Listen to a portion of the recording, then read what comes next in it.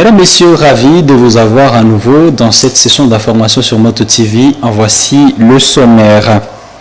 Le gouvernement congolais s'aligne derrière la trêve humanitaire décrétée par les États-Unis d'Amérique. D'après Patrick Mouyaya, son porte-parole, cette mesure n'est pas la solution envisagée par le gouvernement pour la crise en l'est de la RDC, mais il spécule que le gouvernement congolais intensifie des voies pour faire aboutir le processus de la pacification de cette partie proie à l'insécurité. Les représentants des couches sociales à la rencontre avec le chef d'état-major général adjoint des FARDC en charge des opérations, le général Chaligon Zandourou, saluent les assurances de ce dernier sur certaines questions clés en ville de Butembo. Celui-ci leur avait promis, entre autres, la suppression des bureaux du service des renseignements de l'armée devenus des lieux de détention. Ces participants attendent la mise en œuvre de ces mesures.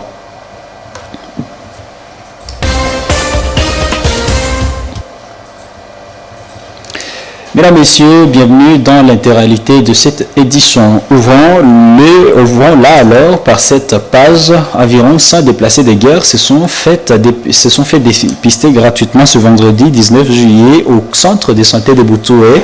C'est après que cette structure a reçu un don en médicaments de la zone de santé de Kalunguta en collaboration avec d'autres structures sanitaires de la région. Des nécessiteux se disent satisfaits. Suivez ce reportage de Lusanam Sivirwa et Mireme Chitawite pour remplir les détails. Le centre de santé Boutoué est confronté à une difficulté en médicaments depuis quelques semaines car l'afflux de déplacés de guerre est devenu massif dans cette localité. Ce problème est résolu. Ces jours, l'on enregistre plusieurs personnes dans cette structure venues pour se faire dépister gratuitement. Nilipata kile ya malaria sikimalizaka parce que nilikuwa nataka malaria arbitraire ndio nikanakata kile ukashu ya malaria. N'ayant pas le moyen, ces femmes essentiellement déplacées de guerre ainsi que leurs enfants profitent de ces jours pour se faire consulter pour connaître leur état de santé. Cette femme souffre de plaies dans sa bouche depuis 15 ans, mais faute de moyens, elle ne pouvait pas les traiter. Une occasion en or se pointe ce vendredi. La saisissant, celle-ci remercie le bienfaiteur pour ses dons.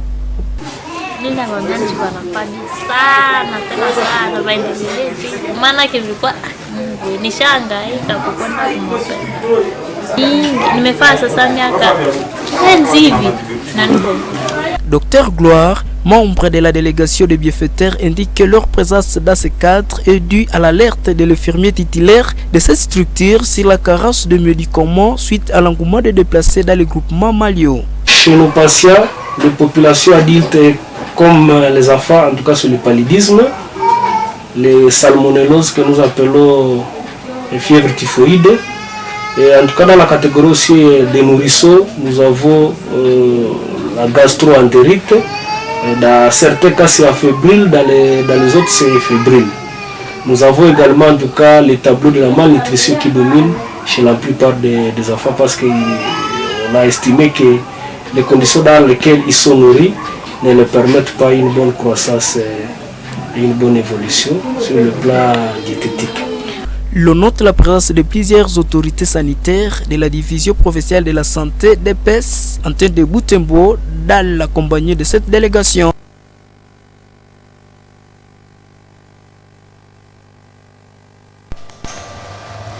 Je l'ai dit dans le sommaire de cette édition, le gouvernement congolais s'engage à respecter la trêve humanitaire décrétée par les États-Unis d'Amérique.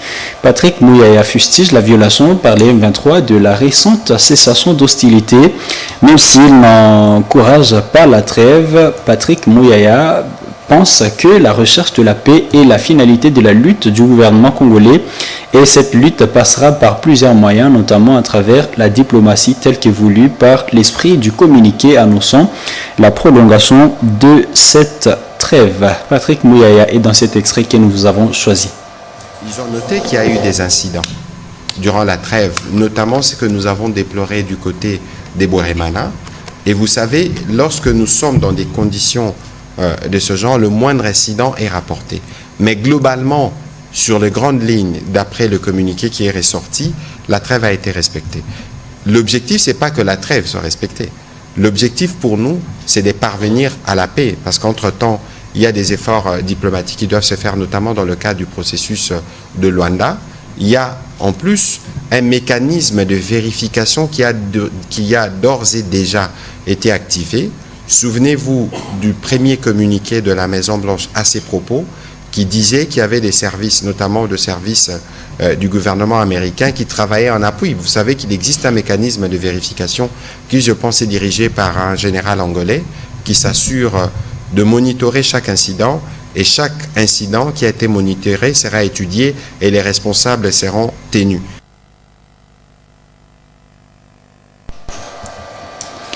Le chef d'état-major général adjoint des FARDC en charge des opérations, le général Ishaligon Zanduru, a échangé avec les représentants des couches sociales de Butembo le jeudi 18 juillet à l'hôtel de ville. La Moto TV a rencontré certains participants à cette rencontre, à cette activité ce vendredi 19 juillet. Ceux-ci apprécient positivement cet échange au vu des assurances du chef d'état-major adjoint quant à toute préoccupation sécuritaire posée par les participants. Sami Wainda les a rencontrés. Des détails dans ce reportage rendu par Grace Kaniki. C'est dans cette salle de l'hôtel de ville de Butembo que le chef d'état-major général adjoint des forces armées de la République démocratique du Congo en charge des opérations et les représentants des couches sociales de Butembo se sont entretenus. Tous étaient dans la quête de la solution à la sécurité dans le Nord Kivu, particulièrement dans sa partie nord, avec la progression des rebelles du M23 et l'activisme des rebelles EDF. Des représentants des couches sociales présents à cette séance d'échange saluent son aboutissement. Monseigneur Isesomo Adolphe, évêque du diocèse anglican au Nord Kivu, a apprécié cette initiative des autorités militaires et appelle la population à avoir de l'espoir dans le processus de la pacification. Il demande la confiance de la population aux forces armées de la République démocratique du Congo. Sinon, la population est d'accord à les accompagner selon nos moyens. Par exemple, nous les églises, notre soutien c'est toujours la prière et sensibiliser la jeunesse. Comment on peut vivre dans la paix, comment on peut accompagner nos militaires et à vivre, à nous vivre. Ce sont des choses, de telles choses qu'on doit chercher ensemble. De rester calme, selon les conseils que le général nous a donnés, parce qu'il a promis que, en tout cas, ils sont sûrs qu'il faut mettre fin à cette guerre. Alors ça nous encourage beaucoup, parce que c'est ça notre crainte. Nous on se disait, bon, les villages Kanyabayonga, Kirumba, Kaina sont tombés, mais il a promis qu'ils vont faire de leur mieux pour récupérer ces milliers qui est déjà entre les mains des envahisseurs. Alors à la population, je leur demande d'être calme, continuons à prier, parce qu'avec Dieu tout est possible. Maître Magui Panza de l'organisation Femmes Juristes pour les droits de la femme et de l'enfant, FJDF, dit avoir trouvé des réponses à ces questions au cours de cette réunion.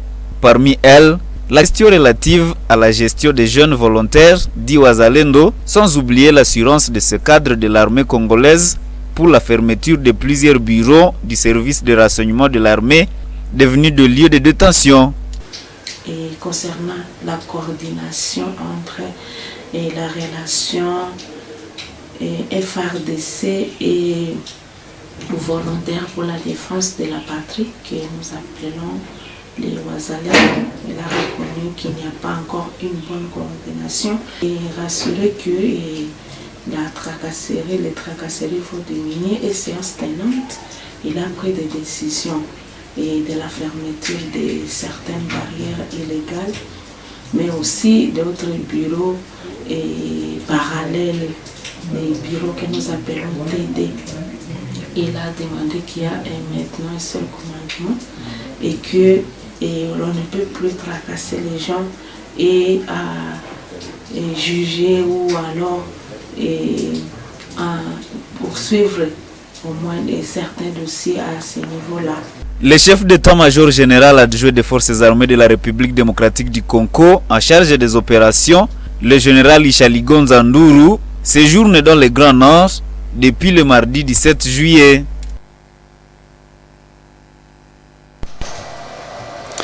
Les militaires ougandais des UPDF sont déjà à Mangurejipa dans le secteur des Bapere pour des opérations militaires. Ils viennent en appui aux forces armées de la République démocratique du Congo pour traquer les rebelles de l'ADF qui insécurisent le secteur de Bapere. Le chef du dit secteur salue leur présence dans ce coin et invite la population locale à collaborer avec les éléments de l'ordre pour anéantir l'ennemi. Isabelle Wangaïmouka nous en fait le récit dans cet élément. Dans une interview avec la presse de Mangurejipa, le chef des secteurs se montre rassurant quant à la présence des troupes ougandaises dans son entité. Prenant pour référence les opérations contre les ADF en territoire de Béni, Maker Sivikunula trouve que sa population devrait faire confiance aux militaires FARDC et UPDF déployés dans la zone. Nous avons reçu les troupes de l'UPDF et c'est pour une mission qui est spéciale. Une mission spéciale et pour une durée courte. Ça veut dire qu'ils viennent en appui au FARDC. Ils viennent en appui au FARDC. La fois passée, je vous ai dit qu'on a reçu les troupes de FARDC. Et vous savez que l'UPDF connaît ces ADF. Ils se connaissent bien, ils sont bien aguerris et ils connaissent les tactiques là de guérilla. Les ADF utilisent et pratiquent ce qu'on appelle guérilla. Et cette pratique, les Ougandais sont mieux placés pour pouvoir les contrer. Il met en garde toutes les personnes qui s'attaquent à ces militaires ougandais qui viennent pourtant en mission de pacification. Si dans le secteur nous sommes des agriculteurs, nous avons besoin de pouvoir retourner dans nos champs et dans nos villages. C'est ça ce qui nous importe, c'est ça ce qui nous importe. Et c'est pourquoi je voulais même lancer le message à nos jeunes frères de Butembo, les jeunes. Nous ici, nous sommes en train de vivre une triste expérience de la présence de ces ADF. Essayez de nous aider. L'histoire des politiques là, pour peut-être il y a une politique derrière la présence des ADF, moi je n'en vois pas. Parce que tout, pour nous, ce qui importe, c'est que on puisse vraiment nous enlever ces serpents là, que la population pourrait retourner dans leurs champs, dans les villages, pour reprendre leurs activités normales.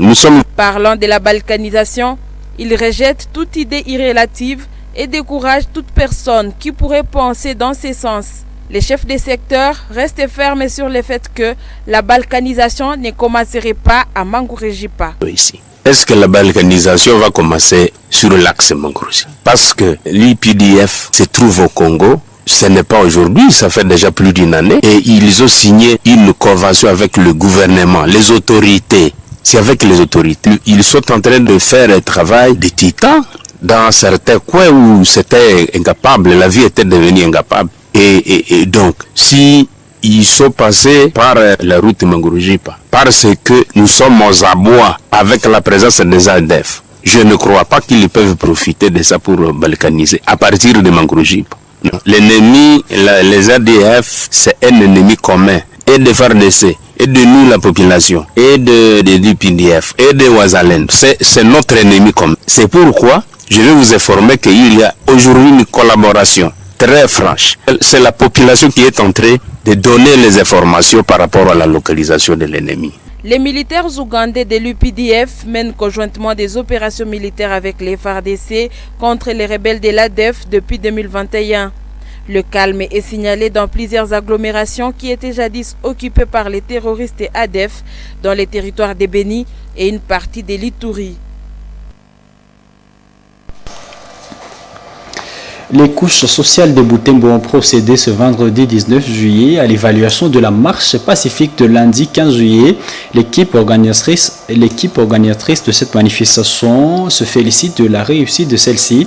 Elle remercie toutes les personnes qui se sont mobilisées pour cette activité réussie malgré plusieurs découragements. À sa veille, cette synergie projette une manifestation pour la journée du 26 juillet, une manière pour ces jeunes de commémorer les personnes qui ont perdu leur vie dans les marches anti-MONUSCO en juillet 2023. Suivez Anel Kamanya de l'équipe d'organisation dans ses propos recueillis par Samuel Wainda.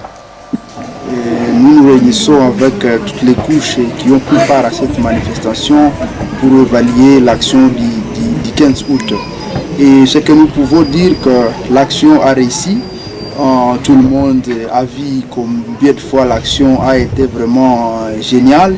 Et nous félicitons à cette occasion toute la population qui a quand même bravé la peur à dépit des intimidations qui venaient de partout, des intox, mais quand même nous avons quand même atteint notre objectif d'aller jusqu'à Moussienene où on a quand même exprimé notre mécontentement face à la Vassilien 23, mais aussi rappeler le gouvernement congolais de prendre ses responsabilités à main afin de sécuriser la population. Aussi, autre chose à évoquer dans cette activité, c'est cette façon dont l'activité a été quand même pacifique. Actuellement, nous sommes en train de réfléchir sur l'action du 2 août, mais aussi du 26 juillet. Et le 26 juillet, comme vous le savez, c'est une date historique dans notre ville, où nos amis qui participaient à une marche de dire non à la MONUSCO parce qu'elle avait déjà échoué 20 ans d'Iran.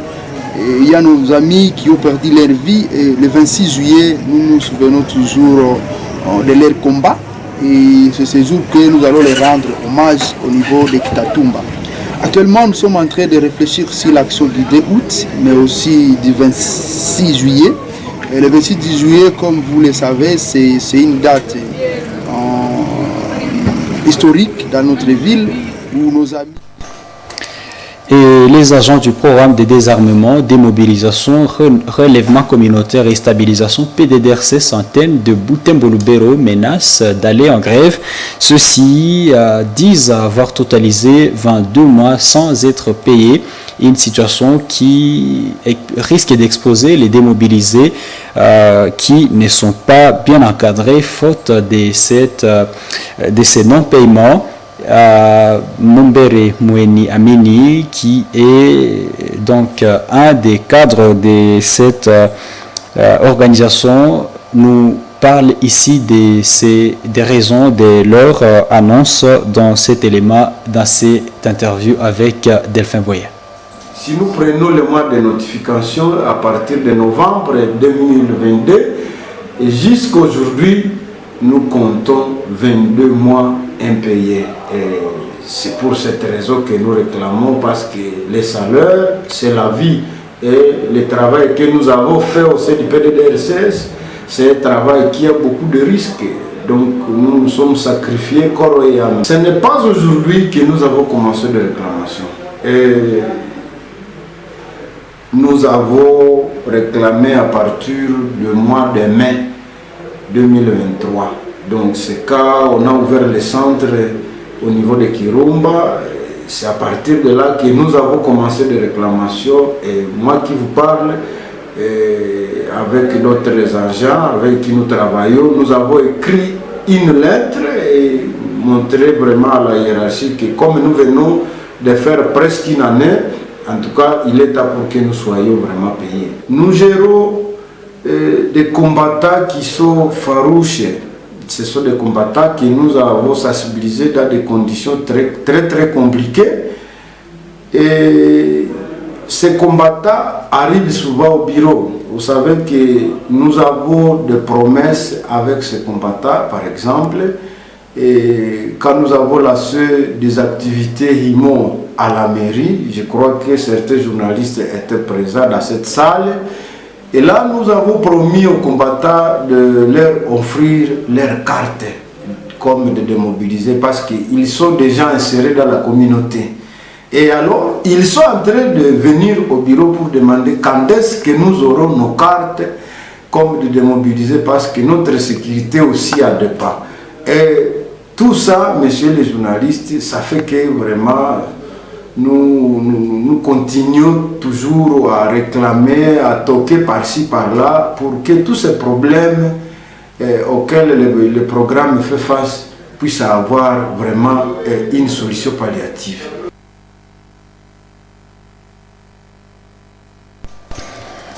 Bouclons cette édition en allant un peu plus loin. Les cultivateurs ne paieront pas de redevances en 2025 à Cantine, une agglomération du territoire de Béni où plus de 100 civils étaient massacrés en juin dernier par les terroristes de l'ADF. C'est ce qu'a annoncé le chef du village de Bapakombe à Luguma, à Mbelema, à Zambo 3, la semaine dernière à la population qui commence à regagner cette localité après environ 2 mois de dispersion suite à l'insécurité. Selon lui, cette décision vise à compatir avec la population qui a subi l'irréparable. Suivez-les dans ce propos recueilli par mon Mpenzi Mazekeli.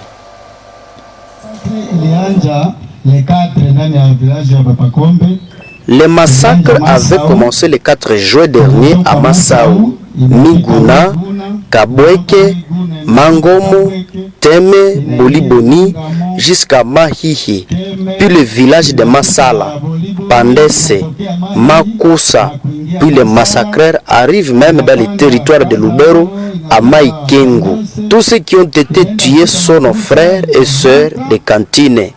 Pour dire que nous avons perdu beaucoup de personnes le mois dernier.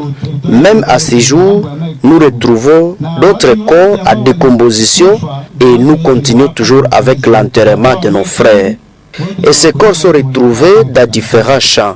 De mon côté, selon la coutume, partout où les ADF ont passé et ils ont massacré ma population, je décide à 2025. Personne ne paiera pas la redevance pour combattre avec ma population. Je n'ai pas beaucoup à dire.